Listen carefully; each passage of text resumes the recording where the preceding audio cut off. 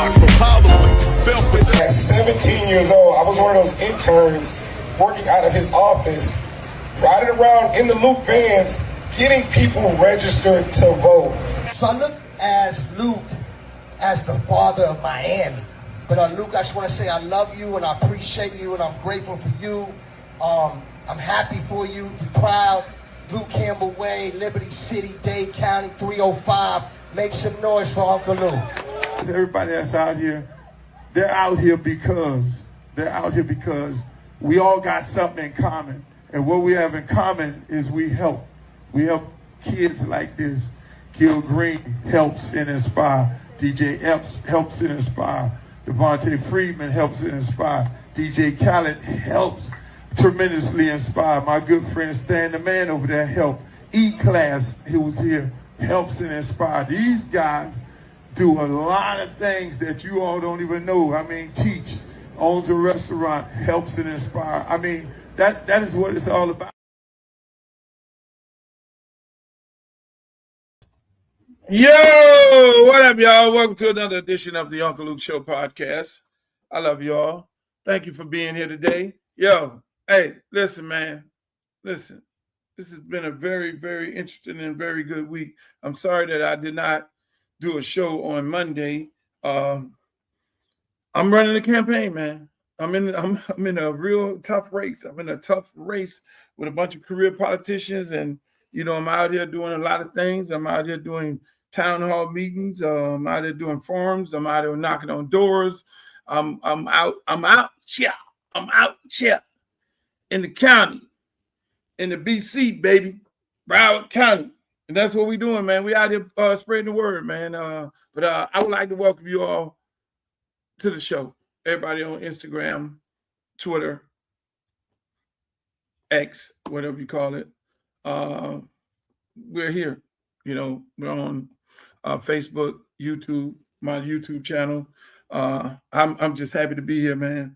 You know, it's been a great road, and I'm happy that you all are able to be here to enjoy this moment, because you know, as you know, this world and life is not promised to anybody, and so to be here is a blessing from God, and we need to always be thankful that we're here, and God allows us to be here. And to those who have went and left us and went on to the glory, you know, we know y'all in a better place than being right here. But at the end of the day, I just want to thank you guys for joining us. And I'll start getting the schedule back right. You know, I got an election going on right now. People have ballots. And so what we're doing is chasing ballots right now. Unlike my opponents, we're not chasing ballots by going to seniors' house and telling them that we will bring them a ballot, but we're chasing ballots from the standpoint of calling people up, doing it the traditional, legal way, calling people up, knocking on their doors and say, hey, look, man, I'm Luther Campbell, and I want you to vote for me because these are the things that I'm going to do right here, man. I'm going to do a whole bunch of good stuff for the community, and I would like for you to support my campaign, you know, and that is what we're doing. We're doing it the traditional way, man. We're talking about affordable housing, insurance reform, bringing, you know, at least $250 million of insurance reform so that seniors can be able to help them pay for their insurance. In my district, we're talking about another $1 billion in affordable housing. We're talking about protecting our seniors and protecting our veterans, you know, $250 million, like I say, for subsidies for our seniors and our veterans, you know, another, $5 billion to expand the port, and that's going to create more jobs, you know, and same thing. I got another $100 million for my small businesses. You know, they need assistance, you know, and that way they'll be able to hire more people and take their business to a whole nother level and start new businesses. You know, I got another $150 million for my apprentice trade school tech programs for our kids, because everybody want to know, how do we stop the kids from killing each other? How do we get the kids doing some good things in life? And so what am I doing? Our kids get to do what? You know, $150 million in teaching them a trade so they can learn how to build an electric car. You know, they can learn how to function in They can learn a trade. They can learn how to function in this wide world of tech. You know, so what better use of the money, and you know, what better use to use that money to do that, you know, and create jobs, create a pathway, because everybody's not going to college. So these are some things I'm doing. I mean, expand healthcare. I think they need to take the cap off of it, you know, and those are the things. That's the reason why I'm trying to run for Congress. You know, I keep telling people I ain't running the Congress, go up there and fight Donald Trump, get on CNN, talk trash about him, be Jasmine Crockett or be somebody else. No, I'm going there to work with anybody and everybody to bring the resources back to my district. My job, or the people of my district are suffering. I go in there every day. I'm talking to people, having conversations with people on a daily basis. Those people are literally suffering. You know, people got a great life, but at the end of the day, you know, I'm sitting there talking to people. You know, these people got stories. I go to a senior home, and the seniors are talking about insurance and the increasement of tax. And then on top of the tax, on top of the insurance here in the state of Florida, they got to deal with the same high cost of fuel, and they got to deal with the same high cost of grocery. So add that on. The average American don't have to deal with the same thing a Floridian has to deal with, especially a person in my congressional district. So y'all in Illinois, y'all got to deal with gas, and y'all got to deal with grocery prices and eggs and all that going up. You know, here in Florida, we got to deal with tax. The tax is going up out the roof. We have to deal with insurance because we're in a hurricane state. That's double. And then we have to deal with fuel, and then we have to deal with grocery. So we have 3 more different things that we got to deal with as a Floridian to live here. You know, the cost of living is out of control. I mean, hell, you go to Miami Beach and buy a dinner, it's going to cost you about damn near $500 for 2 people on a little date. Those are the things. That's the big difference between us and Myrtle Beach, or us in Macon, Georgia. You know, so we have extra prices that we have to deal with. So yes, you can, all right, well, just move to Macon, Georgia. Or you can say to them and say, elect the right person who's going to, yes, understand that, yes, the cost of living here is a lot different than it is in Macon, Georgia. But at the same time, I can then create higher paying jobs to match it up. My seniors can be sitting here, you know, retired. Before they go get a job at Publix, I can ease some of the burdens of what they have to deal with. They got to pay high-ass costs of prescription drugs. They got to pay for high-ass costs of, Medicare and Medicaid ain't covering everything. So they got to get transportation. They got to go from the home. They got houses and stuff like that. They got to pay high-ass rent. They got to pay high-ass taxes.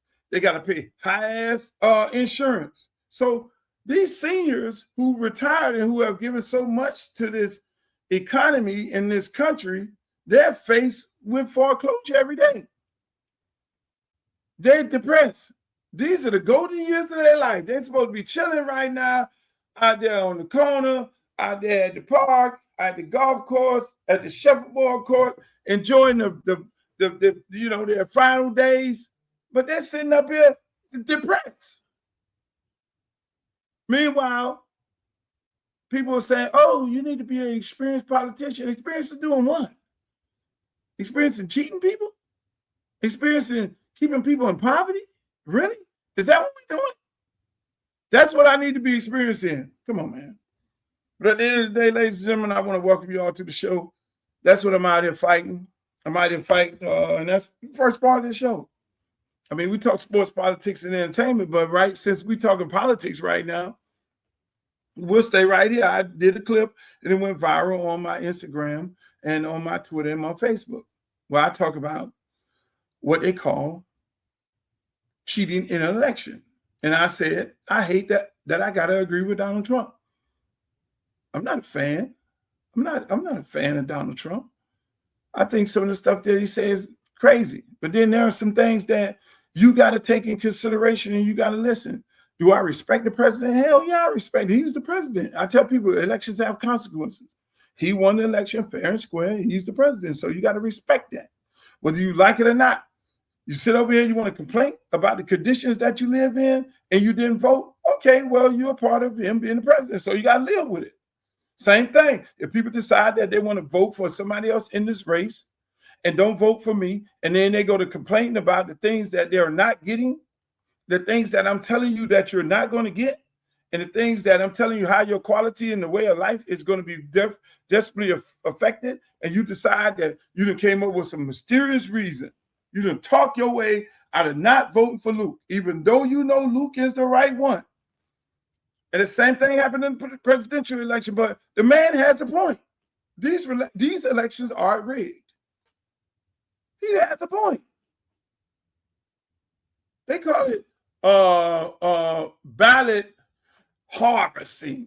So here's the definition of ballot harvesting.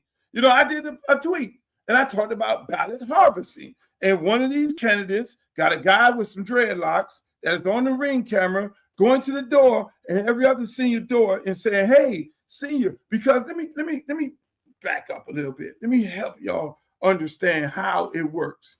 We have an app, right? All candidates, we have an app. And the app, I'm going to pull it up right here for you. It's called Minivan. See this app? It's called Minivan. I can look on this app, right, that's connected to my campaign, and I can hit an address, Lauderhill. I can pull up that person's information in Lauderhill. I can pull up how many people in the House vote. I can pull up the detailed information, the telephone number and all that. I'm not going to show you this person information right here. I got the house, I got the age, I got the telephone number and everything. And also I have whether or not they have received a mail-in ballot.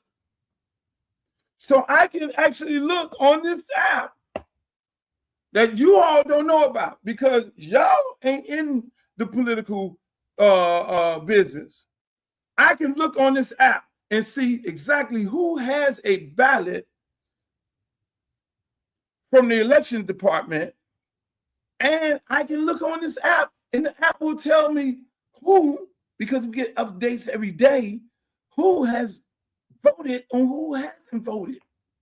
So I can go knock right on your door because you haven't voted and be like, hey, look, Bob, you got this ballot over there, Bob. You need me to take it in? I'll take it in for you and drop it off in the mail for you because I know you're facing the high cost of living. I know you ain't got that money to buy gas, senior. We're talking about a senior who's sitting up in there. They got to make a decision whether they're going to pay for the prescription drugs or some food or pay the insurance because the house is already paid off, but then the insurance is almost like a mortgage. They got to put some gas in the car. So it seems like a great idea. It seems like a breath of fresh air that this guy is knocking on the door and he's going to take my ballot to the mail-in box. That is what they're telling these people. When you get the ballot, the package is halfway fucking open. You put the stamp back on, the ends are open. I should go get my ballot in there right now that I have. It's still open, half of it open. So it's so easy to take the thing open, take the little sticky off, go in there, erase what they already got, and then do what? Go in there and put in who you want to put in. But if they put in with an ink pen, then what do? That ballot never reaches the election department. That goes in the garbage. So the ballot harvester is a guy who with big money campaigns, they can afford to pay those people to knock on those doors. They take the app, ride around the car. Oh, go to this house, go to this house, go to, hello, hi, I'm such and such from the lady campaign that's running for Congress, and I'm here to support you. I can take your ballot and drop it in the box for you. Those seniors believe that. They believe that them people are really going to take the ballot and put it in the box. So a large part of what Donald Trump is saying about the elections are rigged, they are. And normally it's with the people who has a bunch of money. You know, back in the days, a lot of people went to jail for what? A lot of people went to jail for dead people voting. Yes, dead people voting. Look it up. These elections are dirty, they're rigged, and the people who got the most money can pay for that. People like me who are not taking, no, I'm only taking $5. If you choose to send a campaign donation for the campaign, please do it right now. Go to www.luthercampbellforcongress.com. We will be more than happy because we need all the money that we can get. People like me who are not buying the election, who are not taking special interest group, the developers' money, those people like me, no, I don't got the money to be buying no ballot harvesters. These people want to win by all means necessary because they have a lot of people they got to pay back. When those developers come in and just like you say, and nobody talked about affordable housing. If you notice it, all of a sudden, everybody talking about, yeah, we got $1 billion for affordable housing. They never talked about that until I mentioned it. Until I blew up the numbers and talked about the numbers and put it on my social media and say, my district has $6.7 billion allocated to it. And though that money I've identified, and I'm going to bring it back to my district. So they already know this. Well, the smart ones. So they now got to talk about affordable housing. That's when you get the Alonzo Mourning and all of them to come in there because they allegedly play in the affordable housing game with the major developers. Hello? So all of a sudden they have an interest. They want to endorse Debbie. You see what I'm saying? When you take that money, you got to pay people back. We're talking about $1 billion. Every developer in America, especially in South Florida, is trying to put their money on a candidate who's going to allow them to get a hold of that $1 billion in that district, who's going to be given the property for free. And giving government property, hey, $1 for 99 years. Your deal is you're gonna build on it, and you're gonna build it affordable housing, workforce housing for the community and for the people in there. Tell the people in there, hey, look, we're gonna move you over here. We're gonna build these houses. You're gonna be able to move back. That ain't happening. By the time it's time for them to finish building, then you move back. Then they're gonna ask you for everything. Oh, we need 5 months of 5 years of tax returns. We also need 4 years of your W-2 or your W-9. You need to be employed by employer for at least 5 or 6 years in order to qualify to get back into a community that you supported. And all of a sudden, you ride down the street, now you are discouraged and all upset, and you got to go back to the place where they already displaced you and put you at. That's the game that they play. Because Julio Raimundo daughter sitting up in there doing the paperwork. Okay, well, I can't help you. This is what they're asking for. And you sitting there like you all frustrated. You got your kids. You sitting there ready to go back, move back in. That's the game they play. That's the game they play. Alonzo Mourning, he gets to put a school in there. He gets to be the spook in the picture. Yeah. We're here building affordable housing for the community. Yeah. But next thing you know, when you ride by that building, me and Ron May rode down Pompano. Ron May was in shock. This is the heart of Pompano. I see white people coming out their car with groceries and going into the building.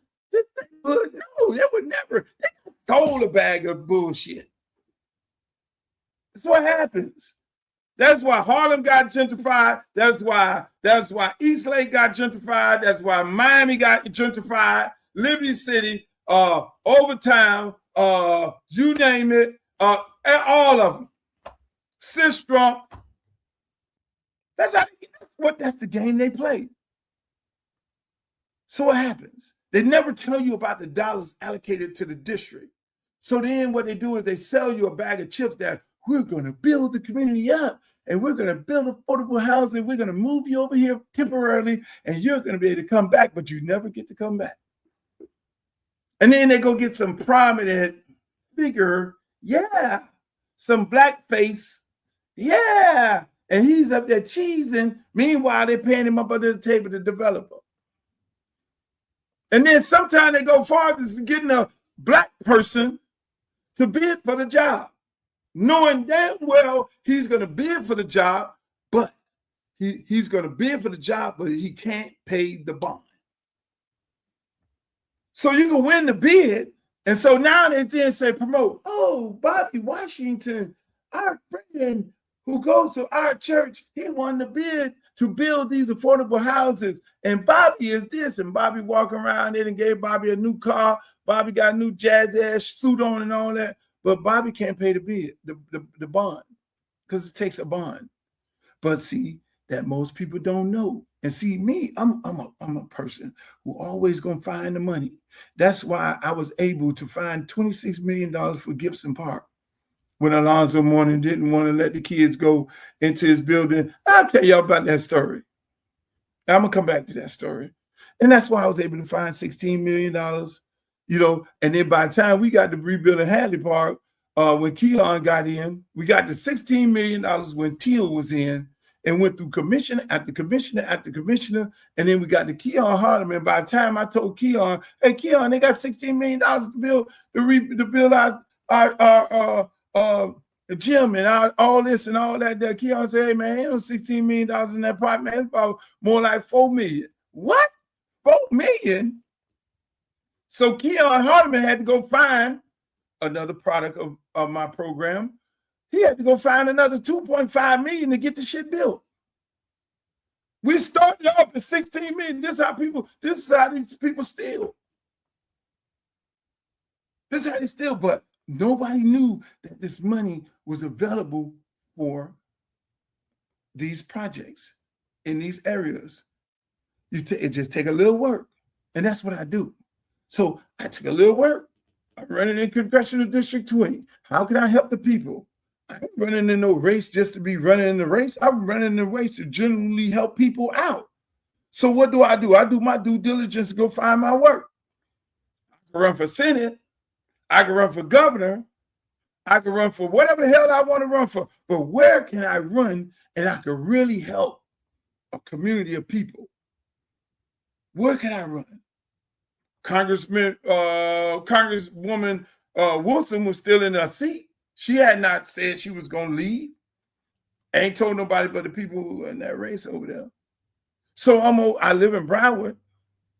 Where can I run to really help people out? Let me go look to find the money first, because I ain't running to just be sitting up there bullshitting some people. No, I'm running to be able to bring some money back. I understand. Let me go do my due diligence. I'm going to talk to the people in the community. Y'all happy with y'all Congresswoman? No.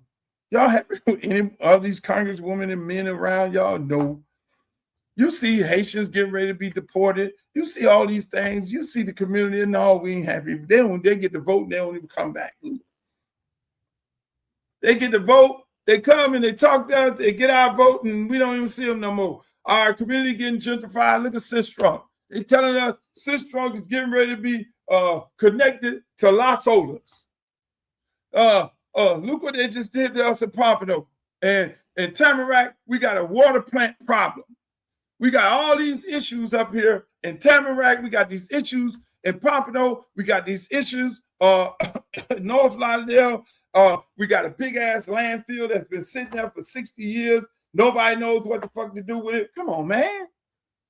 And then I go, all right, I'm here, y'all. We got seniors who upset. They're losing their houses. All right. God says this is where you need to go at. This direction you need to go. So now I got to go find if I can really fix the problem. What can I do to help these people? Because I ain't going to go make no false promises if it is not available. So I go look at what Joe Biden put in place that was already bidded on. I look at the budget. I look at the money allocated for the district. I say, hold on 1 second. This is a beautiful district. They got restaurants, they got bars, they got clubs, they got people who are living in their homes, tax-paying people. They have businesses. They just need somebody to come in and bring those resources. They got the port over here. The port ain't been expanded. Hell, they connected to the ocean, expand the damn port. We could create more jobs, bring more ships in, more cargo. It could be on the level of Miami. Why is Miami Port doubling the amount of people that they service than Port Everglades? We're right here. Port Everglades is in a better position because Port Everglades is technically damn near connected to the airport. If you ever flown out the airport, it's all connected in one. Port of Miami is on one end, the airport is on a whole nother end. You see what I'm saying? So this is a better situation here. So infrastructure, how much money? Okay, I got $5 billion to expand the port. We got a shortfall of homes. We got to build affordable houses. We're 140,000 homes short. In Florida, oh shit, I got another $1 billion. I found $1 billion for affordable housing. Okay, I got another $100 million for small businesses. Okay, my seniors are facing these high costs of insurance because the insurance out the roof. Okay, so I can create a subsidy. So I got out of the money, I can do $250 million in insurance subsidies to help my seniors and give them some benefits to continue helping them. Okay. So my youth, everybody ain't going to college. Okay, I can create an apprentice trade tech program, another $150 million. I'm going to go in and expand Medicare, Medicaid. I'm going to fight for that shit there and all that there. Hey, look, we're going to do that. But I can thousands of good, high-paying jobs and give my seniors a sense of comfortability to live and to finish the rest of their golden years comfortable. I've given my youth an opportunity to get a high-paying job. And then on top of it, I then come in with my experience of what? My experience of entertainment. I know my film company, Luke Films, we have to go to Atlanta and shoot, and every other city to shoot whoever entertainment tax credit. So I got this big-ass landfill out there where I can get the Army Corps of Engineers to drag it and clean it up like they cleaned up toxic waste in Jersey and created a tax credit. And now you see Sony and all these other movie studios that have put movie studios and have brought so much economics and so much money to Jersey right now. After cleaning up the toxic waste area, I could do the same shit in my district. I got 128 acres sitting there that has not been used for damn near 60 years.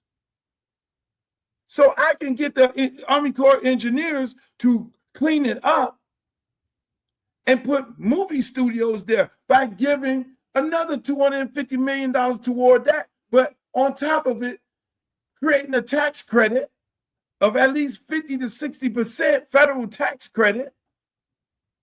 That's what brings the studios into the state, into the district. But I put a caveat on it. I'm going to create this tax credit. Only way you get this tax credit, big studios, to shoot in our area. How you get these tax credits? One way. You have to do what? You have to employ the people from my district. The more people you employ from my district, the more of a tax credit you get. The less amount of people you employ in my district, the less amount of tax credit you get. See that? That's just increased more high-paying jobs. I didn't even do the survey for the union. I didn't even do the survey because unions automatically does what? Support these candidates who already got a seat. But there's no individual in this race that's union, I'm SAG anyway, that has a plan to create thousands of union jobs. That's my plan. I'm talking about bringing money to the district and creating resources. So when I look at what these people I'm running against, they have no clue. Their job is not to bring money back into the district. Their job is actually bring the district down. You look at this Debbie lady. She ain't doing nothing no different than what Cohen did in Memphis. LeBron James and everybody talk about Memphis. Oh, we don't want to play in Memphis. We don't want to go to Memphis. Matter of fact, I'm going to Memphis next weekend. No, everybody got these, Memphis crime, Memphis this. Trump, we're going to send the tanks into Memphis. We're going to clean up the streets of Memphis. Memphis is a beautiful city with beautiful people. Harold Ford Sr. was a congressman. Let me give y'all a little history lesson. Harold Ford Sr. was a congressman in Memphis. Okay. He held the seat for 32 years. Then Harold Ford Jr. became the congressman. His son. He held the seat in 2006. Okay. Then what happened? Here comes old Cohen, the white guy. What did Cohen do? Cohen ran in a race. Tell me if you haven't heard of this before. Cohen ran in a race. Oh, Steve Cohen. Steve Cohen, Jewish guy. Ran in a race to be the congressman of Memphis against a crowded field of African Americans. Ain't that similar? Debbie Wasserman Schultz running in a race in a crowded field of African Americans, the one white Jewish lady.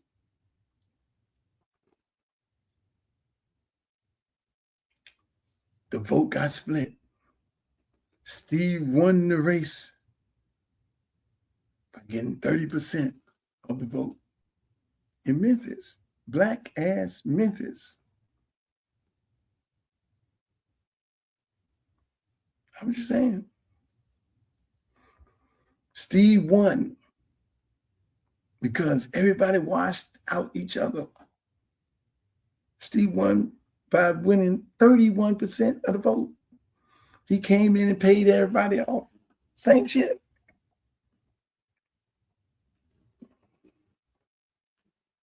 Here's the numbers. When Harold Ford Jr., after the daddy, the murder number in 2006 was 160 people. Before that, when Dad was there, it was much lower than that. The homicide rate when Mr. Cohen took office rose to 351 homicides. So they went from 160 homicides to 351 homicides in Memphis under Steve Cohen.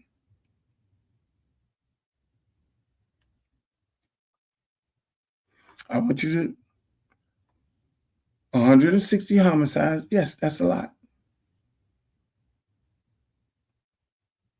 But in 2023, 351 with him as the congressman. So I say to the people of Congressional District 20, it's the same fucking play. It's the same play. And I'm pretty sure Steve got celebrities like Alonzo Mourning to endorse him. I'm sure Steve got the Congressional Black Caucus to stand down because the white part of the Democratic Party is the one who controls the Black Caucus, because that's why they raise more money than the Republican Party, because they got to put money into campaigns, their own campaign and the campaign of their handpicked Black congressional members. So they can go take a Black seat anytime they want. So it's in old Steve Cohen. So when people like my good friend LeBron James and everybody else who want to talk all this trash about Memphis, you got to look at where Memphis was at and where it is now. Memphis is a beautiful city with a beautiful town, beautiful people in it. Crime only occurs when there's a lack thereof, when people are fighting for survival, and then they start doing criminal things. If you take a person right now, they're trying to find a way to eat, trying to find a way to feed their family. They're in a state of depression because they have no choice but to then do what? Result in crime. If I take a criminal right now and give a criminal millions of dollars, he ain't finna do no crime because he got millions of dollars in his pocket, and all his other friends and family members is dependent on him because he's bringing in millions of dollars. He's bringing in hundreds of thousands of dollars. He has a great job. He ain't thinking about that because he's thinking about going to work tomorrow. You see how that works? You see how that stops crime? But if I suck the life out of the community and don't bring resources back into the community for people to get good, high-paying jobs, then people do what? People do what? They got to eat. They're hungry. They're starving. They got to find a way. They do criminal shit. So how do you cure that problem? But why do you cure that problem? Because you love the people. Because you're one of the people. They ain't trying to cure that problem. They ain't trying to cure that problem. Part of gentrification is to buy low and sell high. Part of gentrification is allow a community to be crime-ridden. That's all in the plan, right?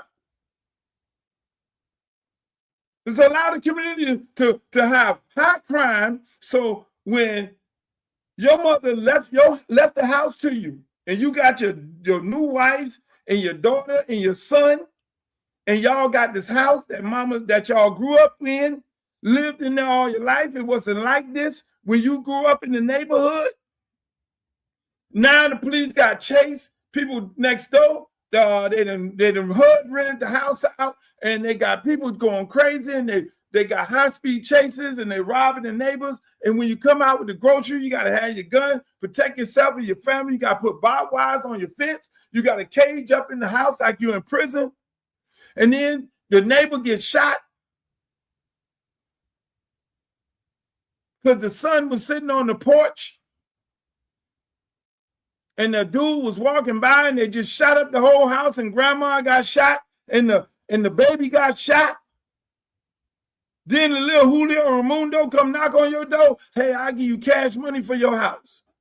Then you and your wife, who you was giving that home to, y'all sitting there at the kitchen table trying to make an executive decision. Do we stay here or do we take this cash? Because every day we have somebody come knocking on our door, telling me they want to buy this house for cash. Now they bought all the houses in the neighborhood for cash. Then they send code enforcement in. We have taken control of the community. We've purchased 80% of the houses. Now the law enforcement start doing law enforcement shit. Going into those houses, those criminals, and putting those criminals in jail and seizing their property. And all of a sudden, they open up a Starbucks. What they used to say when the black people used to come into the community, they used to say, oh, there go the neighborhood. Black people are moving in, but there go the neighborhood when Starbucks open. Now, all of a sudden, you go to the grocery store and you look at the community that you grew up in, and you got white people walking the dog, and they go into the park and all this shit. You're like, what happened? Well, that's what happened. Then you got these buildings being built by the developers because the money is allocated to that district and that community. And they then took over the building, and ain't nobody in the building that look like you. How did that happen? Not on my watch. So I'm here to tell you, that is why I'm running for Congress. That's why they don't like me. Democratic Party don't like me. They ain't got to like me. The Black Caucus don't like me because I've called them out. And they have said one thing to this lady, Debbie Wasserman Schultz, and they said nothing to Cohen. I tell the people of Memphis, be strong, hold on to your community, because that's what it's designed to do. It's easy to clean up a community. Do you know Miami had some of the most notorious gangs? Go look at the movie. Go look at Cocaine Cowboy documentary by Billy Corbin. Shouts out to Billy Corbin. Go look at Scarface. Miami was out of control. You know who cleaned up Miami? It took a joint operation between the feds and county and city law enforcement. It took a joint operation to clean up the community, and they cleaned it up. Normally, they would give you state time and you get off. They start bringing the feds in. The feds, the way you do that. So Cohen ain't trying to do that. All Cohen got to do, all Cohen has to do. Cohen has a guy that lives in Memphis right now. I'm chief of police for he started the department, the school board police department. His name is Gerald Dollings. He was part of the task force. He was a chief here in Miami who cleaned up the streets when Miami had some of the most notorious gangs in the world. He actually went to Atlanta and trained the Atlanta Police Department on cleaning up their issues. And then he went to Memphis and started the Memphis School Board Police Department because he started the police department, School Board Police Department here in Miami. And he lives in Memphis right now. Has all the information, but they don't want it to be cleaned up. They want it to be crime. They want crime. But them people in Memphis ain't going for it because they've been doing it for the longest. They're not going to bring the federal resources in there. It's the money is allocated to Memphis because it is a blighted community. Some of the parts of Memphis, a lot of parts of Memphis is beautiful now. Drop dead gorgeous, 5-star, everything. So don't believe what you saw in the video and all that. But they don't want to bring the resources in there. And that's what happens when you get bad representation.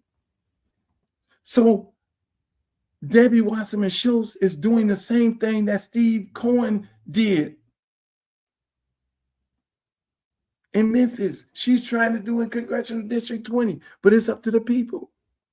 Y'all go for that shit. You're going to get the same thing. They're going to finish the gentrification program. That money going towards affordable housing ain't going to be for the people of Broward County. They ain't going to give the seniors insurance relief because they want the seniors to die off and move and go somewhere else. They want the people to move and go somewhere else, and they want to take over their houses. They're not going to expand the port to create no high-paying jobs because that's too much. Like, you ain't going to leave now because you're making a lot of money and you got to go to your job, your good job at the port. They are not going to give money to a small business because you ain't going to go nowhere. Hell, Kodak Black just bought a whole strip mall in Pompano, and he can't even get it open because his strip mall is not a part of their plan moving forward. He want to build bowling alleys. He got all kind of stuff, increase jobs, small businesses for Black people in his strip mall. He purchased a strip mall here in America, and he can't even open it because he's not a part of the plan. The whole plan, they have plans already set up saying, okay, this is going to be white and right. And the Black people, we're going to move their ass up out of here. So they're not going to give money to small businesses like me. They're not going to teach these kids a trade. They want these kids to continue leaving high school, not going to college, and finding their way to go to jail.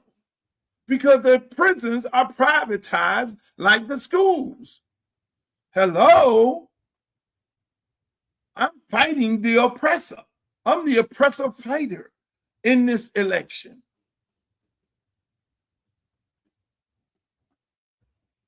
Can't tell them no more than that. I'm going to knock on some more doors, do some more ads, send some more flyers out. I'm going to do my part. I'm going to do my part, people. I'm going to do my part. They're going to continue doing their part. If I tell you they're trying to steal the election, they're trying to steal the election. If I tell you it's rigged, it's rigged. But still, even with all that said, I'm putting you up on game. Somebody come knock on your door talking about they want your ballot. No. Don't let nobody fill out grandma's ballot. Call if you put your mama in a senior citizen home, ask your mama what she did with her ballot. You go get the ballot for mama. Because this is real. This is real. This is a life and death situation for a lot of people. People get all upset. Trump, you ain't vote Trump because Trump been saying for the longest the elections are rigged. The elections are rigged. He know they're rigged. I'm not joining the Trump bandwagon. I'm just keeping it a buck. That's what's going on in my race. That's what's been going on. That is how people win elections. People who got a lot of money and they win elections like that. Let me just talk about this Trump thing. Let me break this Trump thing down for y'all. So here's the deal. The Democratic Party is full of elitists. They handpick their congressmen and senators. The white part of the Democratic Party raised a bunch of money. They then put the money on the candidates that they want to be a part of their little cult. That money comes from the white side of the Democratic Party. Now, I'm not making this a racial issue. It just is what it is. It's not racist. It's how they control the party. They say they want more people to vote. They don't want more people to vote.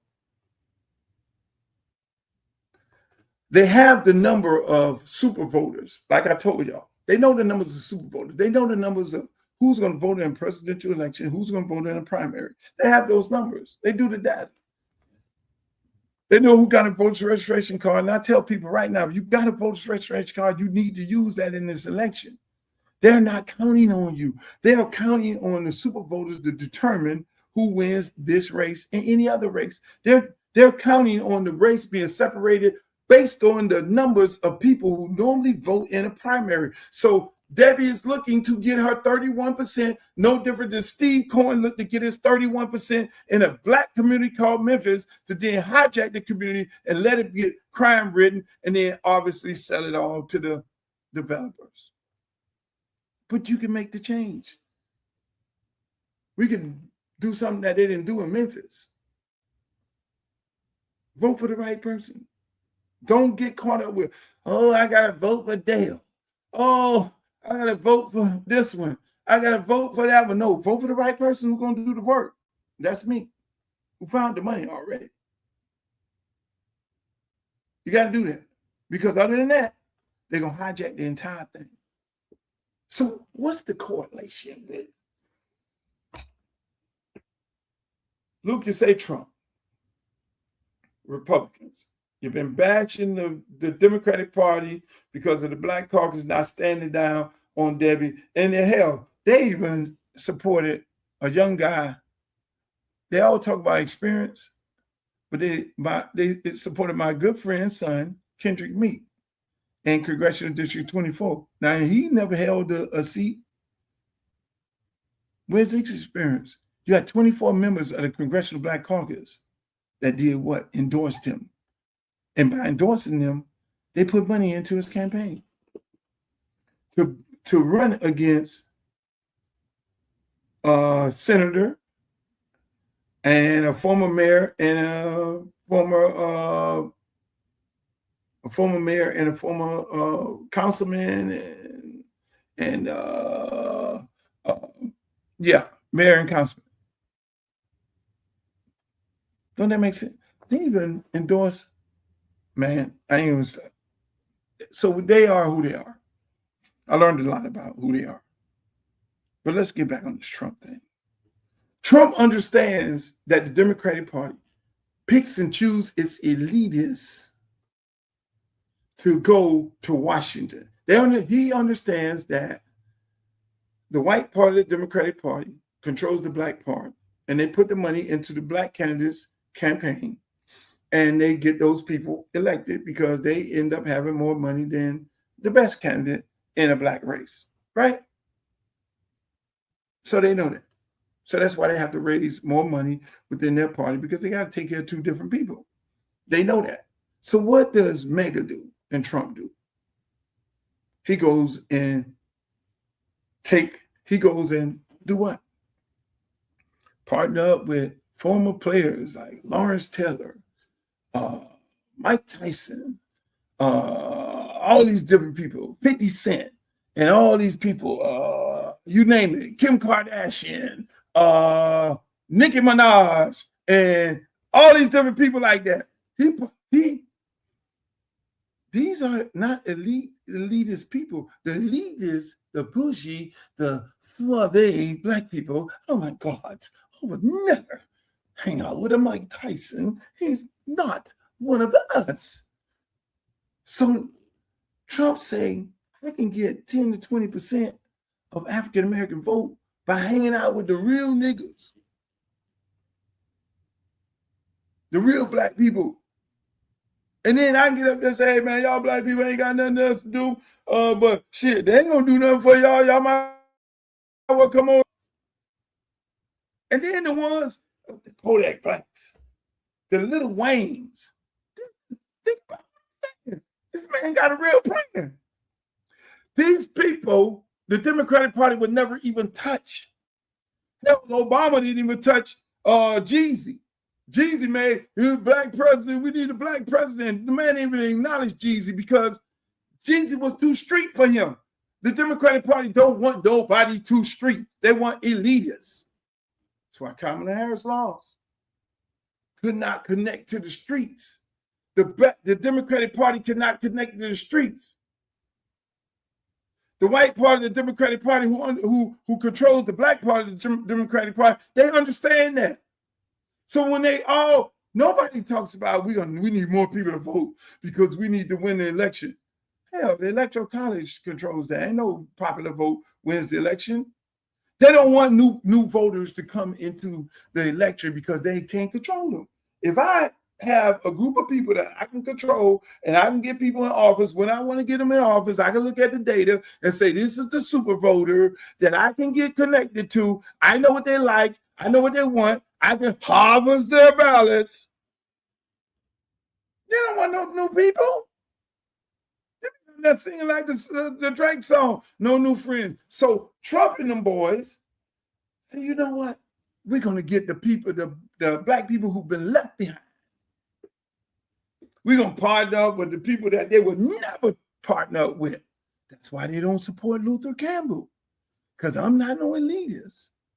I'm not one of the elites. I'm one of the handpicks. I'm a capital N. I'm not the one to be controlled.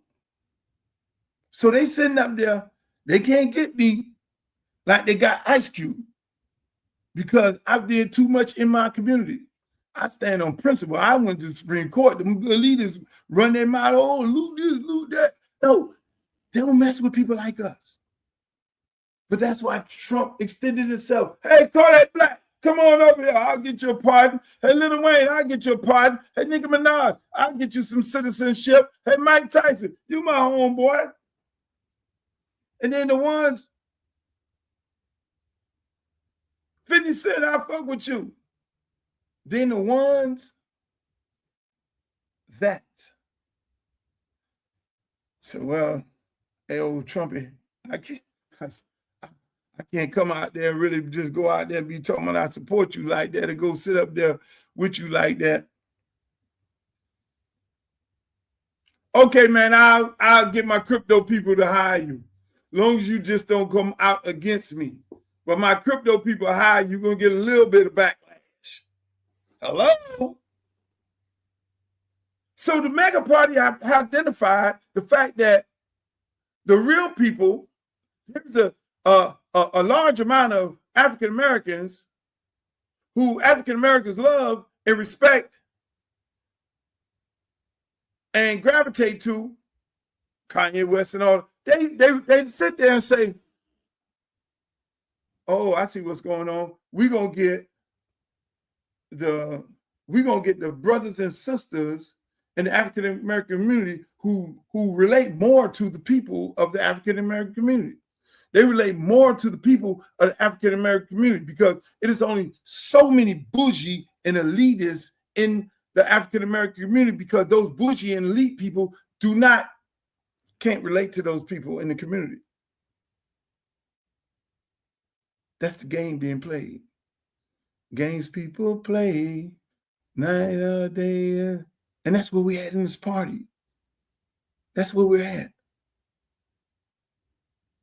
So what's the solution? The solution is the people of this district vote me in. I will be definitely the odd bod. I'll be the guy that'll go in and work with Republicans and Democrats because I will be the guy that I will not be on their agenda. I will be on the people's agenda. I will be there to fight to bring resources to my community. I will be there to go sit up there with Donald Trump and have a conversation with him about rigged elections and what people need to do to fix these rigged up ass elections. And at the same time, talk about how much money that we're going to bring into Congressional District 20. I'll be having a conversation with him and Marco Rubio and what Haitians we need to get and give citizenship to and not deport these people because you're going to crash the economy and the field out there and the everything in Belglaze and Polkey and the service industry. Let's have a common sense approach to this. That man ain't gonna talk to neither one. He ain't talking to no Debbie. He ain't talking to no Sheila. He gonna do everything in his power to prevent them career politicians from getting anything because they've sat on the TV and talked all kind of shit to this man, and he don't like them. They're too soft. The other boy, too young. So your vote for those people are a wasted vote.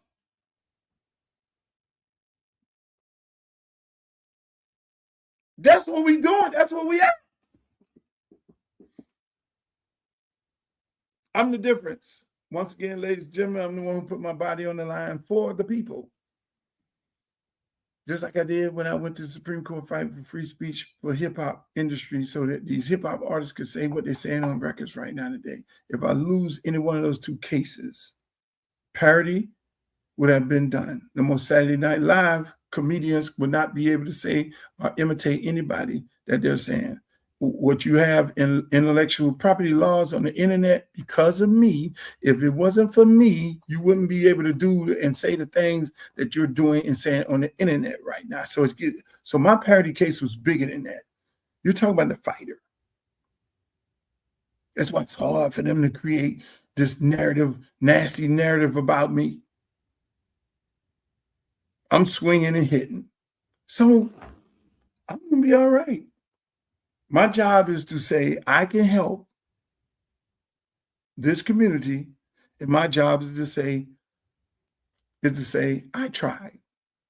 Now you give me the job, I'm gonna work my ass off and do just what I did with every other organizations that I went. I went to Miami Edison. They had no football field, no locker room. I redid that. $3.5 million invested. They said we needed another park over there at Gibson Park because Alonzo Mourning would not let the kids play in his OYC gymnasium. He would not let the kids of the Overtown community, and Ben Hanks and Emmanuel Washington and Rudolph and Chung called me up and say, man, this man won't let us in the gymnasium. That is why people ask them, why Luke messing with Alonzo Mourning? Because Alonzo Mourning decided he wanted to get in this race and endorse Debbie Wasserman Schultz. That is why I'm going after. Look, me and him had this argument. Go look up my article. I did an article in the Miami New Times many, many years ago when those guys called me up, when Emmanuel Washington and Ben Hanks called me up and said, this man ain't letting the kids of Overtown go in his brand new gymnasium. What can we do? I went to Joe Ariola, who was the commissioner, not the commissioner, but the city manager at the time. And I say, Joe Ariola, this man ain't letting the people in there. Y'all co-sponsored and build half of that building. He said, we don't have no control over the building. He said, Luke, what I got is $26 million. He said, I identified the money. He said, yes, we got $26 million. We could rebuild Gibson Park, the pool, and we could build a damn gymnasium. If you ride right now to Gibson Park, you will see the OYC building, and you'll see another gymnasium, and you'll see a Gibson Park gymnasium on the same location. Make that make sense. You're supposed to be the big time fucking basketball player that cares about the community, uses the community name, but you would not allow them black kids in that neighborhood to go in that building because you brought kids in that look black from those elite areas in Miami to say, oh, my child plays basketball at the Overtown Youth Center in Overtown. My child is a part of the Overtown Youth Center. And he's a part of the black culture. Even though my son is black, but he goes to one of these, I ain't gonna call one of these elitist schools that most blacks can't get in because their parents don't have enough money, but they go to Overtown and play at the Alonzo Mourning Overtown Optimist Youth Center, OYC Youth Center. So we feel a part of the community, all of it. We're not racist, and we're not so bushy that we're not sending our kids over there. Meanwhile, we ain't let the kids from the hood up in here mix up with the kids. The bougie kids, oh no, oh no, y'all can't come in here. So what happens? Ben Hanks them tell me, oh hell no.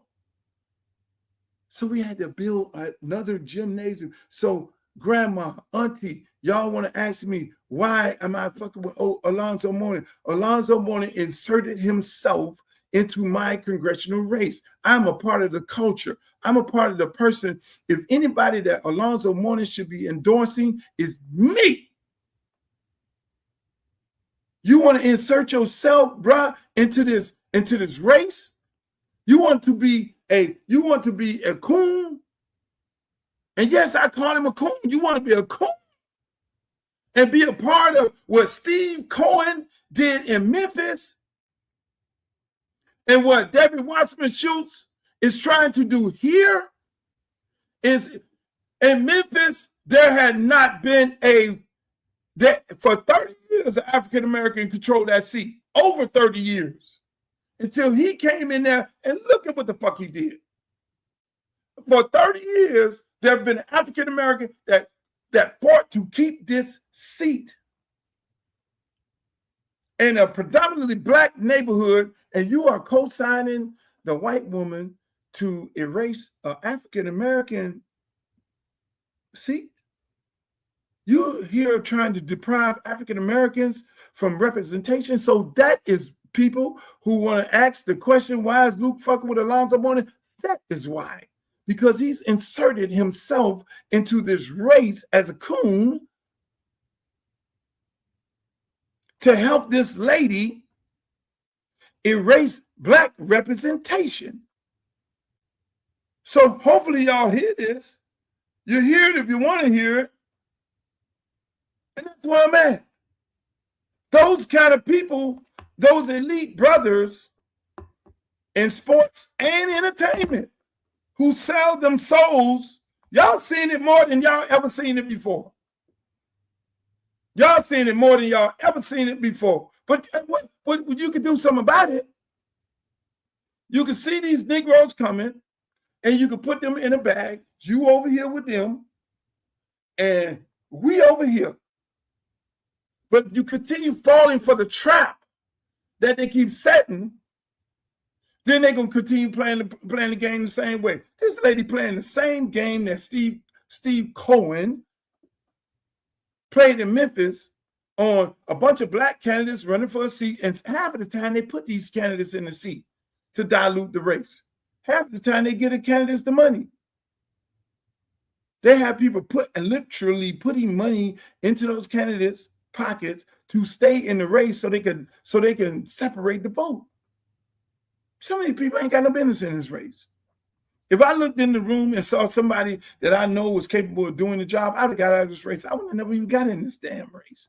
I'd have mind my business and continue running all my damn businesses and continue dealing with all the things. But I saw the community desperately needs leadership because the candidates that are in the race are not the right people to save this community. So if people decide they don't want to vote for me, and I've learned a lot, I'm going to be all right. I ain't selling my soul. I'm going to be all right. My business is going to be okay. My companies are going to be okay. I'll be on tour. I'll be making more movies and documentaries. I have 5 of them right now. Get ready to go into production. I'm ready to lose money doing this. You know, we'll be all right. I'll be straight. But are you going to be straight? That's the question. Are you straight? Where do we go from here as far as African Americans? The real brothers are going to find it because Mega ain't going to stop with Donald Trump. They're going to still continue trying to recruit the 50 Cents, the Kodak Blacks, the Nicki Minaj, the Lawrence Tellers, the Bo Jacksons, the Kardashians. They're going to still recruit the people that the elitists of the Democratic Party don't want to mess with. And eventually, they're going to start doing things in those people communities with them. And the elite blacks are going to be sitting here believing in this Democratic Party dream.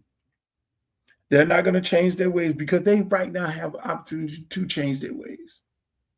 I am giving them the opportunity to change their ways. I've spoken to people over there and have sat on the phone for 4 and 5 hours with these people to tell these people, look, man, my resume is what it is. I went out there on the road with Kamala Harris. I even expected Kamala Harris to jump into this damn thing.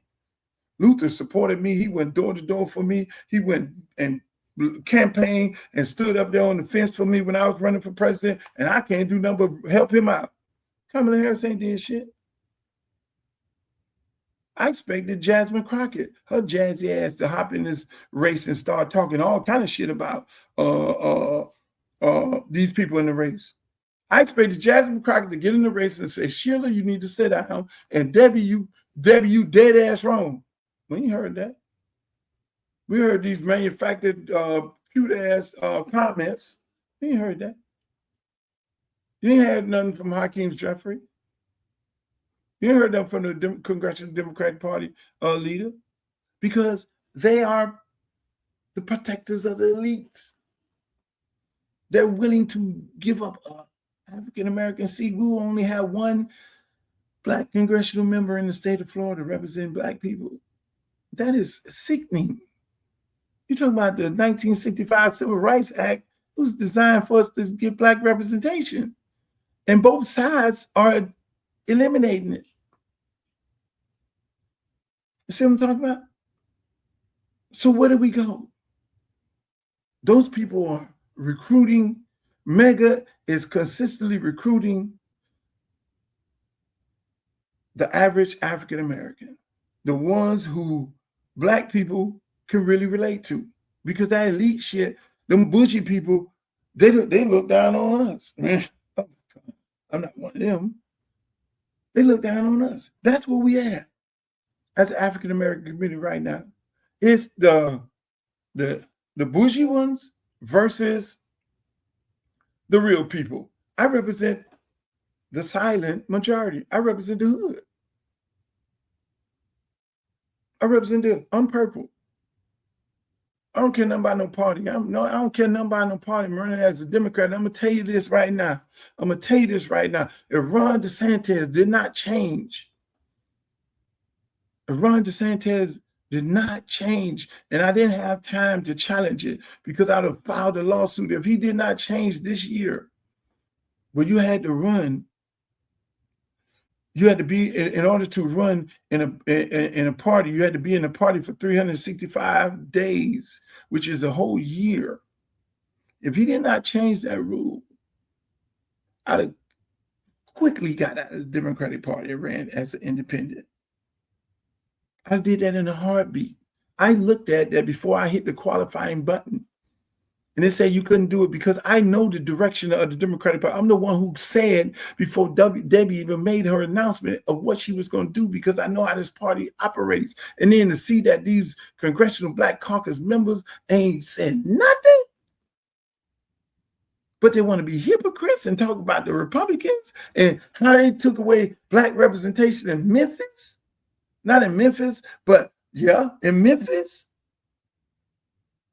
And Louisiana, and Alabama, and Tennessee, but they got so much to say about those people in Tennessee, Alabama, and Louisiana. Call them everything but the child of God. Rightfully so, because they deserve it, but they ain't call themselves that. When they did that with Gerald Ford's seat in Memphis, they ain't said nothing about that when they're trying to do that right now. But the people of Broward County, y'all can do something different. I'm just saying. So I gave y'all a whole lot. I gave y'all some things to think about. All my good friends, my old friends, they be sitting there saying, Luke, man, you need to chill, man. Them people gonna come out to you, man. They gonna come get you, man. Hey, man, the old granddads and all that, they be like, man, you that motherfucker keep it 100. I keep it 1,000. I keep it $1. I will go sit right now and have a conversation with Donald Trump if we talk about bringing some money to Congressional District 20. Trust me, right now. My job is to serve the people. I will go have a conversation with Marco Rubio right now because I got people who scared to leave their house, and I know Marco. I know Marco very well. I'm the only person in this race to go have a conversation with him about TPS. Hey, look, Marco. Hey. I know y'all get ready to start deporting people. Man, we need to have a real serious conversation. Hey, Marco, Trump, come on, man. Let's talk about this, man. Nobody in this race could do that. These people going to be living in fear. You vote for these people, any one of these people. Take your vote. I ain't going to vote for Luke. Take your vote and go vote for one of them if you want to, and let either one of them. Debbie ain't going to get nothing done. They ain't going to hear nothing. They're going to deport everybody. Sheila ain't gonna get nothing done. They're gonna deport everybody. She talking about people ain't got deported while she was a congresswoman held to the law. My friend's husband got deported, and she worked on my campaign, volunteer. She been my friend before her husband got deported 2 weeks ago. Elijah, damn sure, I like Elijah, like Scott. He damn sure ain't finna have no conversation with him. Dale soft ass, he ain't going up there. He ain't going nowhere near the people. They gonna do him like they did with COVID. I remember he was the mayor when Ron DeSantis was with the COVID. He was sitting there, Ron DeSantis talking. He ain't said nothing yet. I'm like, well, come on, black man, say something. This man here talking about taking all the stuff and doing this bad stuff to the black community. Man, you need to say something. Man, Dale ain't said shit yet. That's my memory of him. Standing there in COVID and letting Ron DeSantis take all the good stuff over there. They got all the good drugs and everything and taking over there to the island. And these people flying in, they getting shot before the people getting shot. Fuck out of here. I'm just saying, ladies and gentlemen, that's my show. So, do I like going after African American men when they get into a fight and they support people who are not supporting us? Yes, I'm gonna hit them. I'm gonna hit them hard. Am I going to win this race? Yes, we are. We're gonna win this race because you're gonna go out there and vote, and you're gonna go call your people who live in my congressional district, which is Broward County. You're going to say, go vote for Uncle Luke because you're voting for the future of all of us. You're going to say that. You're going to say, hey, look, man, I'm going to send some money to this brother campaign right now. Speaking of sending money, man, I did a list. Let me tell you before I get off it, I did a list. I said, I don't want to buy a seat. I want to do like other people, buy the seat. Take my own money, buy a seat. To me, that's back hustling. And to me, that creates a mindset of now I got to figure out a way to get my money back. I got to figure out a way to steal money to get my money. If I put $1 million of my own money into the campaign, then now I got to figure out how I'm going to get the $1 million back. Mind you, the job only pays $170,000 a year. Yeah, a lot of people go in as bartenders and leave out $50 million in the bank because there are a lot of them doing insider trading. So I want to go in and do kosher things and just do the right thing for the people and bring the money back to the people. So I don't want to buy an election with the intentions of going in to making money to get my money back. I don't want to take no special interest group money because if I take special interest group money from the developers, and I know most African Americans don't understand how important it is to put into a campaign, and so that makes us really vulnerable to these white Democrats that they can come and buy our candidates. So they need the money to buy all the big posters. You see all the one with all the posters he's bought. You see the ones with the posters, the signs, and the advertisement and shit all over the TV he's bought. Yeah, people put money in a special interest group. So now he has to pay those people back who putting that money in. They ain't giving them the money because they love him and they like him. No, there's a business. It's a business decision. It's a business investment into that person with the expectations of getting a return. And that's how it works. So I take no money from nobody. I live off my name recognition. I'm in this race off of what I've done in my community and what I know I've done and what I can do. And so I live off of every coach who I've coached against in Broward County, Dade County, to get on the phone and tell their parents, you need to vote for Uncle Luke. I live off the reputation that I have of building and creating ventures and building partnerships with Adidas and $50 million to the District of Miami-Dade County. I live off my reputation of building parks. I live off my reputation of pouring and building kids up and saving kids and coaching and mentoring them and seeing them off to college and to the NFL and all those days on the riding in vans and all that and pouring into these young people. And I live off of that. I live off the reputation of creating hip hop in the South,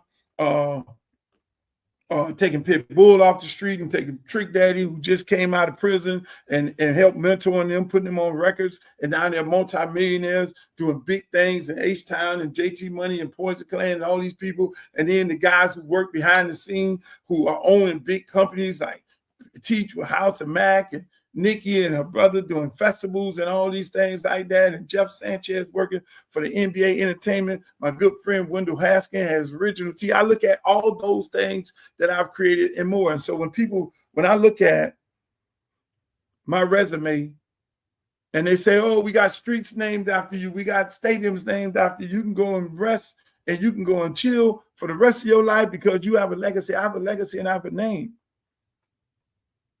I built that. And those are the things that I want to build in my congressional district. And I will bring those things. A dude told me today, man, you just need to do an aerial shot. Streeter from football bill, you don't do an aerial shot of all the shit you built. Edison, $3.5 million in there. Go over to Gibson, go over to Hadley, go through all the shit that you built in the community and just show the people and say, Pompano, this is what I'm going to do here for you. Lordy, this is what I'm going to do here for you. Tamarack. It's hard to do that because I've done so much. I expect the people to do their research. I'm not going to buy an election. I'm not going to do that. I'm going to expect people to do the research and say, look, man, I'm going to vote for this dude right here because this dude is real. This dude going to get shit done. Because everywhere he's been, he's gotten shit done. And he does it on a 5-star level. And so we would be honored to have this guy work over here for us for the next 4 or 6 years. And if you don't, he gets somebody else, that's fine. I'll be all right. Be chilling. Hey, at least I will be able to say to myself, I tried. Because I can't sleep at night when there are things that I know I can help fix. And I'm not one of those people who sit on the couch and not try to help. Anything that I've ever got into, I try to help kids. I did that for over 35 years. I didn't have to do that. I could do just like every other rapper, be on a yacht, hanging out on the boat and swimming in the French Riviera. No, that's not me. I'm a helper. My mom taught me that. You do the same thing. So that's why all these things I built, and that's why they put my name on all these things. So I'm a helper. I mean, hell, I saw a little rapper Pitbull rapping on the battle tape. Let me get him over here. I help. See, guy called me up and said, man, my son coming out of prison, man. I help. Come stay with me, Trick Daddy. Trick Daddy stayed with me. You think I knew he was going to be Pitbull? You think I knew he was going to be Trick Daddy? No, I was helping young men fulfill a dream that they had and helping them get a career. Same thing with JT Money. So I love their careers. I love Devontae Freeman's career. I love Amari Cooper's career. I love Artie Burns' career. I love Levante Davis' career, who came through our program. I love Duke Johnson's career. I love Carlton Davis' career. I love Emmett Wright's career. I love Bashan's career.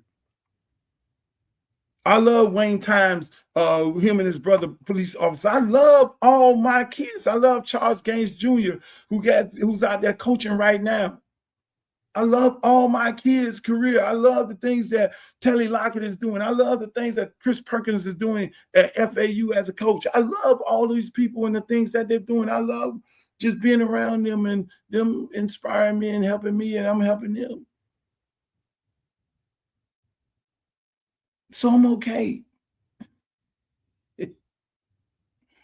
But I want to continue helping more people in a major way. I'm just sad that I won't be able to help get some kids in college, coaching ball. But I'm going to get a lot of kids in college. I'm going to help a lot of families. That's my show, ladies and gentlemen. I want to thank you all for being here. I'm going to go knock on some doors. we're going to have some creative events when it's, if you got a ballot right now, take that ballot and vote for yours truly, Uncle Luke. I was going to talk about some other things on it, but I had to deal with the issue at hand. I know I'm going viral in a couple of different situations. Hopefully I address those things right here. Shouts out to my girl, Glow. I love you as usual, as always, and everybody who's in the chat. I love you guys. We do rebroadcast this show after it's played at 5 o'clock. We rebroadcast it. So just so you know, the rebroadcasts are 10:30 at night and 1:30 in the morning. And it rebroadcasts again at like 6:30 in the morning and then 12 noon the next day. So we try and do that because we know people work and we know people can't look at the show. But remember, you can always go to the archives in my YouTube channel, Uncle Luke TV. You can always go to Facebook, my Facebook fan page, and like, share, and subscribe to the show. Go to X.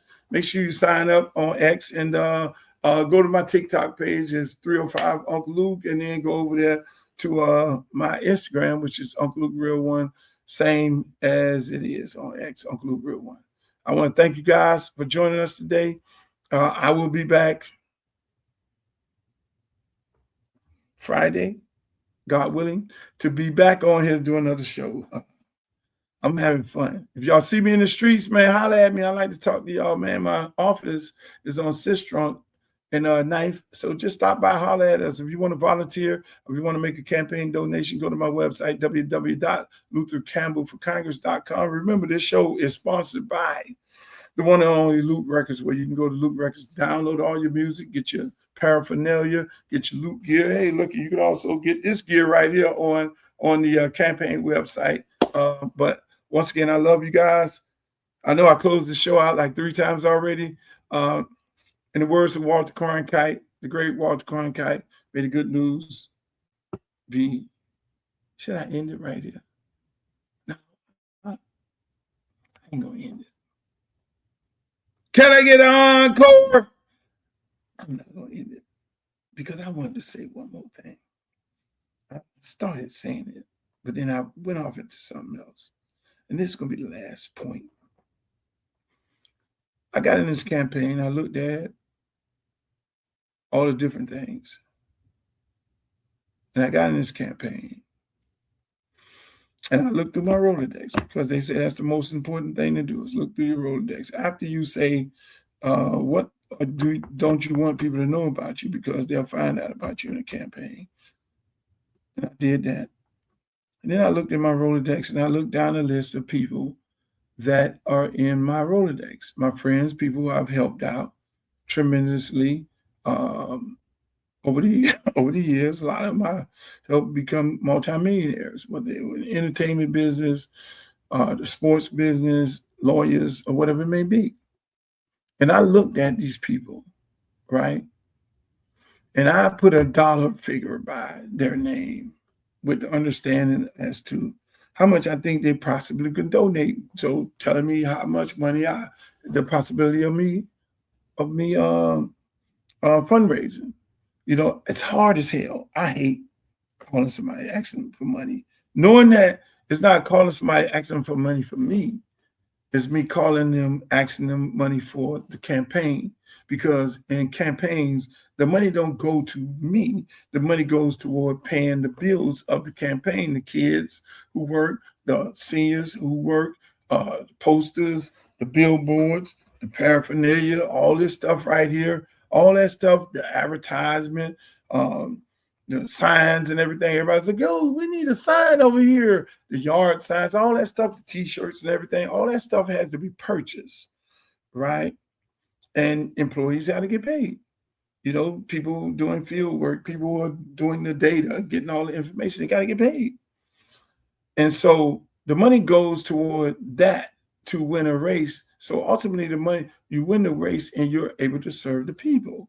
And that's what we don't fail to understand as African Americans. And that's why it's so important to put money into your candidate's campaign. Because if you don't, they will. And if they do, they will gentrify and they will take away from the community. And so that's why we've lost our communities so many ways. So again, going back to me, I looked into my Rolodex and I looked to see how many friends and how much my friends can donate. I looked and say, I knew, hey, look, you doing good. You flying around in jets and private planes, and you doing good. You flying around in jets and private planes, and you doing good. And you got hit records, and you making $100 million in the NFL, and have made it in the league, and you doing good, and you doing good, and you doing good. You big time lawyer at a big time law firm. I've helped you. You're a big time broker at a brokerage firm. You, all these people, I looked at a list of all these people in my Rolodex. And I came up with a bunch of these people. And I said, man, I can raise probably $1 million on the low end with all my friends and my Rolodex and my phone. You find out a lot when you run an election. You find out the people who you least expect to support you is the ones who support you. You find out the people who you picked up in cars and literally left your family to help them get a better opportunity and create a better life for themselves, and you've helped them make millions of dollars, can't be found. Send them a text, they don't respond. But they're always calling you for help. They call you when they were young. They call you when they got old because they want that Luke information. The people who, you like, man, I know you're going to have your artists call up, man, and send them drop. No drop. Man, you can make a campaign donation. No campaign donation. And a lot of them people be like, yo, man, they see me doing something big with the kids and all that, man, let me know, man. Come and be a part of helping out, man. Man, put me in, man. I want to do some of these things, man, with you, the things that you be doing. And then you call them up. Hey, man, can you make a campaign donation? No dice.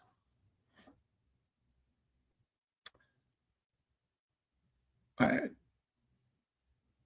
Edgerrin James, Warren Sapp, the only athletes, I think, that has made a donation of all the athletes that I've touched. One of the biggest donors in this campaign is Rick Ross and his sister.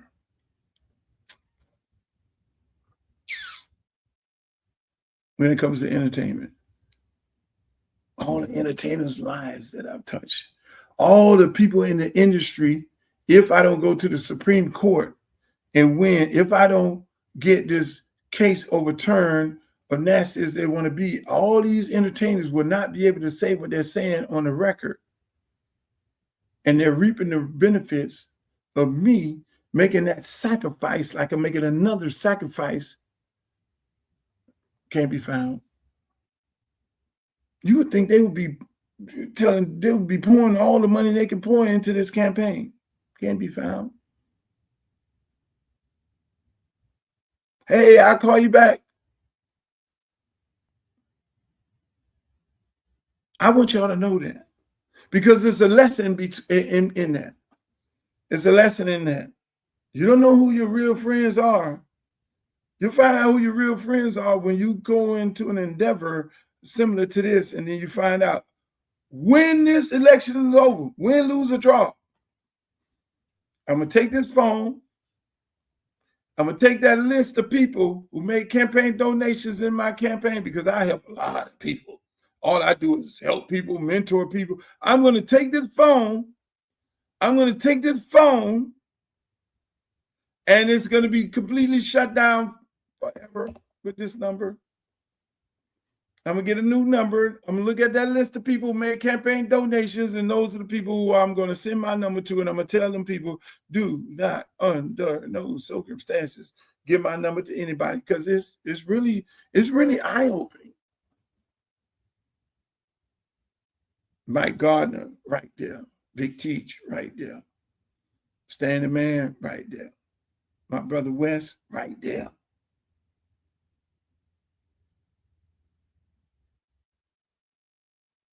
You see what I'm saying? I want y'all to know that. I want y'all to know that. I literally looked at my list of people that I've supported, that I know be ready to jump on them. You talking about them and some family members too. Hey, that shit crazy. But that's the nature of the beast. I want to share that with you all, because I know a lot of people will be inspired to run in a race. Don't depend on the friend. The support will come from the likely people whose lives you touch, the people who you did not do as much work into their lives, who really appreciate the things that you've done to help them along the way be able to do the things that they're doing. Those are the ones who will support you. But the ones who you really picked up and put in a car and you showed them the way, and nowhere to be found. And don't be surprised, because Luther Campbell is telling you right now. So we're going to win this by the grace of God. We ain't buying it. We're going to get our $5 campaign contributions. We do understand, hey, look, it's like, we ain't, I called you one time. I ain't finna keep calling you. I know them, they fundraiser people I had, they hate me. They're like, you got to keep calling these people. I'm not begging nobody for nothing. That's the worst part of camp. That's the hardest thing, me calling somebody. Look, I'm having a concert at the American Airlines Arena. Everybody and their mama calling up for a ticket. But all of a sudden, I'm running for Congress, and all of a sudden, you MIA. You see how they work? Donate $5.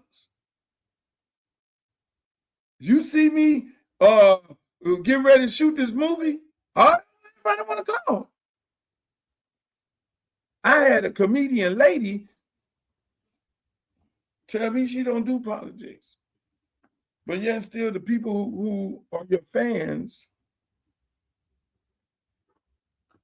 the people who are your fans, who come to your concerts, I'm going to pour into them so they could afford to come in your concert. Because you damn sure ain't got no white people at your concert. That's what I don't understand. The people in the entertainment business, one, the guy stood on the wall for you so you can be able to make the money. You should be sending a boatload of money, because you know what he's going to do to help out other people, because he helped your ass out to be able to make the money you make it. The other part of it is, I'm in a business where this dude here, I want to go perform in Fort Lauderdale. Shit, I need the people to be able to afford a ticket. Hey, and y'all wonder why our communities get gentrified and these people control our communities, but I'm the last of the Mohegan. I'm the only one. Ladies and gentlemen, that's my show. I love you all. I'm not going to call these people name out, but they know who they are. All my friends know who they are. They know who they are. And y'all get on the thing and tell them. Those names I did call out, those are real good dudes. Them real good dudes. Adrian James ain't hesitate. Oh, what you need? Where we at? Chris Perkins ain't hesitated. What's up? Hey, man, send me the link. Rick Ross, send me the link. DJ Khaled, okay, shit, where you need me at, huh? What we doing?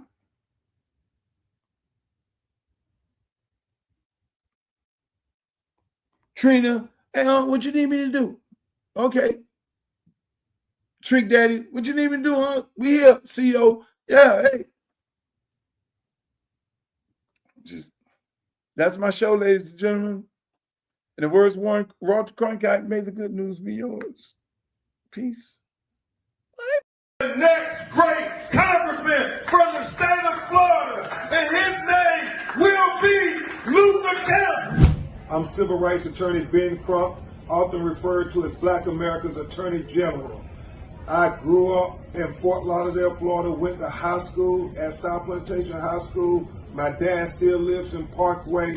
We want to make sure we have a strong advocate from our community who understands our culture to go fight for us in the United States Congress. So make sure you go vote for Uncle Luke Campbell for Congress on August 18th.